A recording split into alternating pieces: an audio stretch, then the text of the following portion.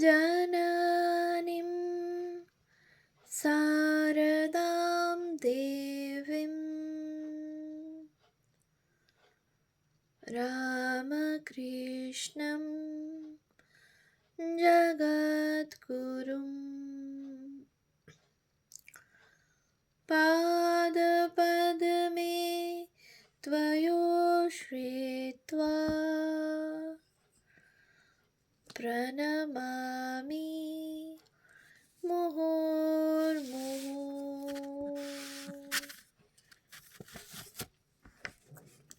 পূজনীয় স্বামী শিবপ্রদানন্দজি মহারাজের সম্পাদনায় রচিত শ্রীমা শারদা ও তার বৈঠকখানা গ্রন্থ থেকে পাঠ। পৃষ্ঠা সংখ্যা 40। শ্রীমা শারদা দেবীর বৈঠকখানা, আজকের বৈকুণ্ঠ। শৈশবে কেদারনাথ পড়াশোনায় মেধাবী ছাত্র হলেও আর্থিক সচ্ছলতা না থাকায় উচ্চ বিদ্যালয়ের সীমা অতিক্রম করতে পারেননি, কিন্তু নিজ অধ্যাবসায় সহযোগে হোমিওপ্যাথিক পুস্তক পাঠ করে চিকিৎসাবিদ্যায় এবং গণিতে বিশেষ ব্যুৎপত্তি থাকায় জমির মাপজোপের কাজে বিশেষ পারদর্শী হয়ে ওঠেন।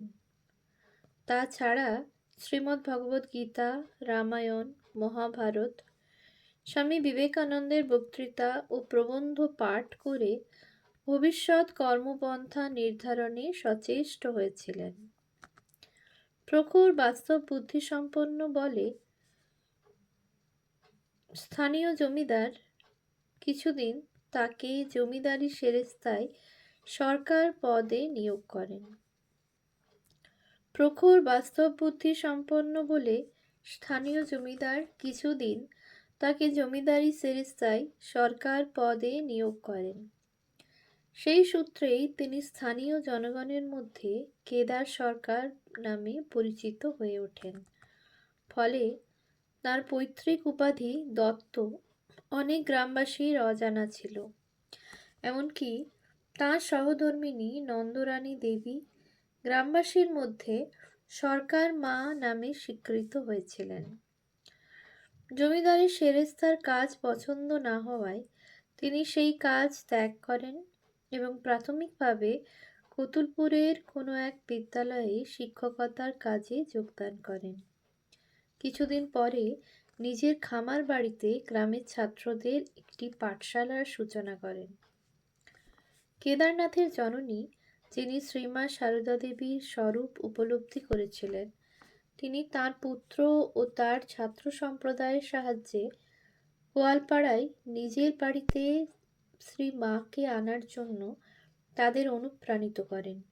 সেই সময় কেদারনাথকে কেন্দ্র করে গোয়ালপাড়ায় সমবেত হয়েছেন কিশোরী, বরদা, বিভূতি, গগন, মতি, অমূল্য, হরি, বলরাম, রাজেন, বিনোদ ও দিবাকরের মতো ত্যাগী ও পরহিত ব্রতে রত একনিষ্ঠ তরুণ সম্প্রদায়।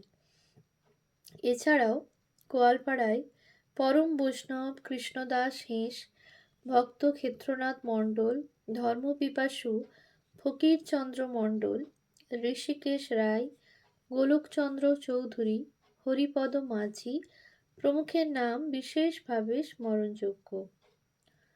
শ্রী মায়ের কৃপায় সেকালে গোয়ালপাড়া ডেওপাড়া অঞ্চলের 12-13 জন যুবক রামকৃষ্ণ সংঘে যোগদান করে মাতৃচরণে নিজেদের জীবন উৎসর্গ করেন। তাদের মধ্যে স্বামী কেশবানন্দ, কেদারনাথ, স্বামী পরমেশ্বরানন্দ, কিশোরী, স্বামী ঈশানানন্দ, বরদা, স্বামী বিদ্যানন্দ, রাজেন, স্বামী রীতানন্দ, গগন, স্বামী হংসেশ্বরানন্দ, বিভূতি, স্বামী মহাদেবানন্দ, মতি, স্বামী ধ্রুবানন্দ, অমূল্য, স্বামী হরিপ্রেমানন্দ, হরি, স্বামী অজয়ানন্দের, বলরাম নাম বিশেষভাবে উল্লেখযোগ্য। তাছাড়া বিনোদ ও দিবাকর আজীবন ব্রহ্মচারী হিসাবে গোয়ালপাড়া আশ্রমের সেবা করেন। গোয়ালপাড়া গ্রামের মানুষজন ধন্য, কারণ তারা স্বামী শারদেশানন্দ, স্বামী গদাধরানন্দ, স্বামী গৌরীশ্বরানন্দ প্রমুখের পৌত সঙ্গ লাভ করেছেন। গোয়ালপাড়া আশ্রমের শতবর্ষ 1911 থেকে 2012 খ্রিস্টাব্দ অতিক্রান্ত পূর্ণ লগ্নে তাদের অবদান স্মরণ করে আমরা কৃতার্থ বোধ করছি। জয়রামবাটি গ্রাম শ্রী মায়ের আবির্ভাবের স্থান হলেও তার সমকালে সেখানে এবং সংলগ্ন অঞ্চলে শ্রী মায়ের ঈশ্বরিত্বে বিশ্বাস সম্পন্ন ভক্ত সংখ্যা কম ছিল। সেই কারণে বোধ করি নবাসন গ্রামে আশ্রম প্রতিষ্ঠার উদ্যোগ সফলকাম হয়নি। স্বামী শারদেশানন্দ শ্রী মায়ের অনুমতিক্রমে নবাসন গ্রামে বেশ কিছুকাল অতিবাহিত করলেও সেখানে আশ্রম প্রতিষ্ঠার কাজ দানা বাঁধেনি। অথচ গোয়ালপাড়ার ভক্তবৃন্দ সে কালেই ব্যতিক্রমী ইতিহাস রচনায় সক্ষম হয়েছিলেন। গোয়ালপাড়ায় শ্মশানকালী, ধর্মঠাকুর, বাঁকুড়া রায়, শিব, শীতলা, মনসা প্রমুখ দেবদেবীর মন্দিরে নিত্য পূজা, কোলে পরিবারের লক্ষ্মী পূজা, সাহেবগঞ্জ অঞ্চলে পীরের থান এ উপাসনা, প্রতি সন্ধ্যায় গ্রামের বিভিন্ন প্রান্তে হরিনাম সংকীর্তন ধর্মীয় তথা আধ্যাত্মিক পরিমণ্ডল নির্মাণ করেছিল। গোয়ালপাড়ার ভক্তবৃন্দের সেই প্রেরণালব্ধ শক্তি ও আনন্দময় সাধনার সম্মিলিত আকর্ষণে শ্রী মা গোয়ালপাড়াকে শুভ পদার্পণে ধন্য করেছেন। 1909 খ্রিস্টাব্দের 21 মে, 7ই জ্যৈষ্ঠ 1316 শুক্রবার সন্ধ্যায় বনজঙ্গলে পরিপূর্ণ অন্ত্যজ শ্রেণী অধ্যুষিত এবং দরিদ্র পল্লী গোয়ালপাড়ার শ্রী মায়ের প্রথম পদার্পণের ঘটনা তাই বিশেষ গৌরবের ঐতিহ্য বহন করছে। গোয়ালপাড়ায় শ্রী মায়ের পদার্পণের 3 বছর পূর্বে 1906 খ্রিস্টাব্দের এপ্রিল মাস নাগাদ 1313 বঙ্গাব্দের বৈশাখ মাস স্বামী নির্মলানন্দ আমেরিকা থেকে প্রত্যাবর্তন করে স্বামী ধীরানন্দকে সঙ্গে নিয়ে জয়রামবাটিতে শ্রী মাকে দর্শন করতে যান। পথে গোয়ালপাড়ায় কেদারনাথ দত্তের সঙ্গে তাঁর সাক্ষাৎ হয়। রামকৃষ্ণ মঠের এই দুই বিশিষ্ট সন্ন্যাসীর সৌম্য মূর্তি কেদারনাথকে আকৃষ্ট করে। তিনি তাদের আমন্ত্রণ করে নিজের বাড়িতে নিয়ে যান। তাদের পরামর্শে ও গর্ভধারিণীর প্রেরণায় পরবর্তীকালে কেদারনাথ জয়রামবাটিতে শ্রী মাকে দর্শন করতে যান। শ্রী মা তাকে শ্রী রামকৃষ্ণ ও স্বামী বিবেকানন্দের দুটি আলোকচিত্র দান করেন। সেই প্রসঙ্গে স্মৃতিচারণ করতে গিয়ে কেদারনাথ পরবর্তীকালে বলেছিলেন, মা আমাদের কাছে বসে কত কথাই বললেন। ঠাকুর বলতেন, লণ্ঠনের নিচেটা অন্ধকার। কত দেশ দেশান্তরের লোক ঠাকুরের কথা জানলে, কিন্তু এদেশের লোক কেউ জানলে না। তোমার মাধ্যমে এদেশের অনেকেই ঠাকুরের কথা জানবে। কেদারনাথ সেই দুটি আলোকচিত্র অবলম্বন করে প্রাথমিকভাবে ওই বছর শ্রাবণ মাসে স্বদেশী ভাবের প্রেরণায় গোয়ালপাড়ায় তাঁতশালা প্রতিষ্ঠা করেন, যা পরবর্তীকালে রামকৃষ্ণ যোগাশ্রম নামে আত্মপ্রকাশ করেছে। আমাদের স্মরণ রাখতে হবে, 1 বছর আগে অর্থাৎ 1905 খ্রিস্টাব্দে ব্রিটিশ শাসনের বিরুদ্ধে বঙ্গভঙ্গ আন্দোলনের ঢেউ তখন সমগ্র তরুণ সমাজের মনোজগৎকে আলোড়িত করেছে। গোয়ালপাড়া অখ্যাত পল্লীগ্রাম হলেও সেখানে আন্দোলনের তরঙ্গ অভিঘাত সৃষ্টি করেছিল। গোয়ালপাড়ায় তাঁত বোনা ছাড়াও পড়াশোনার চর্চা, ধর্মগ্রন্থ পাঠ, ভজন কীর্তন, লাঠি খেলা, কুস্তি প্রভৃতি অবলম্বন করে অনেক তরুণ যুবক স্বতঃস্ফূর্তভাবে সমবেত হতে থাকেন। সেই অর্থে 1906 খ্রিস্টাব্দে গোয়ালপাড়া আশ্রমের পত্তন হয়েছিল বলা যেতে পারে। উক্ত বছরে কেদারনাথ দত্তের কর্মকাণ্ডে সামিল হন কিশোরী, রাজেন প্রমুখ যুবকবৃন্দ। পরবর্তীকালে গোয়ালপাড়ার দিবাকর, রাধা মাধবপুরের অমূল্য এবং ক্রমে আরও অনেক তরুণ এই আশ্রমের কর্মে সক্রিয় অংশগ্রহণ করতে থাকেন। ভারতের সর্বত্র তখন স্বাধীনতা আন্দোলনের উত্তাল ঢেউ বিশেষভাবে ক্রিয়াশীল। ফলত বিলিতি দ্রব্য বর্জন ও তা আগুনে নিক্ষেপ করে গোয়ালপাড়া অঞ্চলে কেদারনাথ দত্তের নেতৃত্বে তার ছাত্রবৃন্দ আন্দোলনের উত্তেজনায় মেতে উঠেছিলেন। এই আচরণের জন্য ক্রমশ আশ্রমের উপর পুলিশের কড়া নজরদারি শুরু হলো। শ্রীমা পরিস্থিতির আঁচ পেয়ে কেদারনাথের ছাত্র কিশোরীকে বলেছিলেন, বাবা, তোমরা এরকম করে বেরিও না। দেখো না, ক্ষুদিরামের ফাঁসি হয়ে গেল। তাঁত করো, চরকা করো। আগে তো তাঁতের কাপড়ই সবাই পরতো। চরকা পেলে আমিও সুতো কাটি।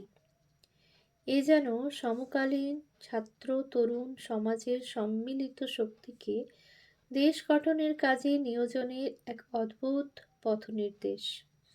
সেকালের প্রেক্ষিতে দাঁড়িয়ে ধ্বংসাত্মক পথ পরিহার করে সৃজনাত্মক পথে অগ্রসর হওয়ার ক্ষেত্রে শ্রী মায়ের এই অভ্রান্ত নির্দেশনামা যে কোনো চিন্তাশীল মানুষকে আজ বিস্মিত করবে। এদিকে শ্রী মায়ের বসবাসের জন্য কলকাতায় কোনো স্থায়ী জায়গা ছিল না। ফলে স্বামী শারদানন্দের আন্তরিক চেষ্টায় ও অক্লান্ত পরিশ্রমে কলকাতার বাগবাজারে 1908 খ্রিস্টাব্দের শেষ ভাগে মায়ের বাড়ি নির্মিত হয়। গৃহের নির্মাণ কার্য সম্পূর্ণ হইলেও 1909 খ্রিস্টাব্দের প্রথম দিকে শ্রী মায়ের পক্ষে জয়রামবাটি থেকে কলকাতায় আসা সম্ভব হয়নি। কারণ তার ভাইদের মধ্যে সম্পত্তির ভাগ বাটোয়ারা নিয়ে বিবাদ উপস্থিত হওয়ায় শ্রী মা বিব্রত বোধ করেন। ফলে তিনি শারদানন্দজিকে ওই কাজে সহায়তার জন্য জয়রামবাটি আসার নির্দেশ দেন। 1909 খ্রিস্টাব্দের মার্চ মাস থেকে মে মাসের শেষ ভাগ পর্যন্ত স্বামী শারদানন্দ জয়রামবাটিতে থেকে গোয়ালপাড়ার কেদারনাথ দত্ত, চিপটার শম্ভুচন্দ্র রায়, তাজপুরের সারদাপ্রসাদ চট্টোপাধ্যায়কে সঙ্গে নিয়ে জমিজমা তথা সম্পত্তির ভাগ বাটোয়ারা সুস্থিরভাবে সম্পন্ন করেন। সেই কাজের সূত্রে কেদারনাথ শ্রী মা ও স্বামী শারদানন্দের ঘনিষ্ঠ সহচর্য লাভ করেন ও তাদের সস্নেহ ব্যবহারে মুগ্ধ হন। কেদারনাথের মনও ব্যাকুল হয়ে ওঠে। তার ইচ্ছা হয় কি করে শ্রী মাকে একবার গোয়ালপাড়ায় নিজের বাড়িতে নিয়ে গিয়ে তার শ্রীপদে পুষ্পাঞ্জলি দেওয়া যায়।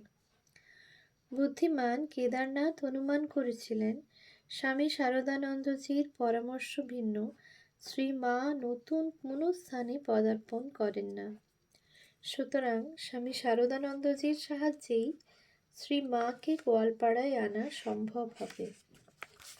সেই সময় কেদারনাথের প্রতিবেশী ক্ষেত্রমণ্ডলের হরিবাসর গৃহে নবরাত্রি ব্যাপী হরিনাম সংকীর্তনের আয়োজন হয়েছিল।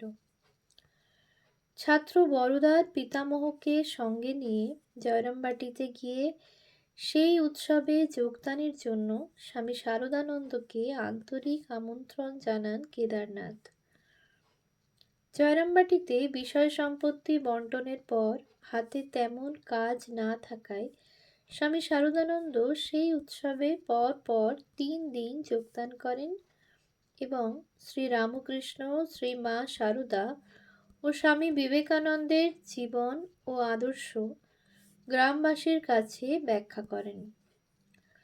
স্বামী শারদানন্দের ভাষণ জনমানসে বিপুল সাড়া ফেলেছিল। গোয়ালপাড়া আশ্রমে সেই সময় একটি বয়ন বিদ্যালয়, দাতব্য চিকিৎসালয়, অবৈতনিক বিদ্যালয় এবং ক্ষুদ্র অনাথ আশ্রম নির্মিত হয়েছিল, যা পরবর্তীকালে স্বামী পরমেশ্বরানন্দের স্মৃতিকথা সূত্রে জানা যায়।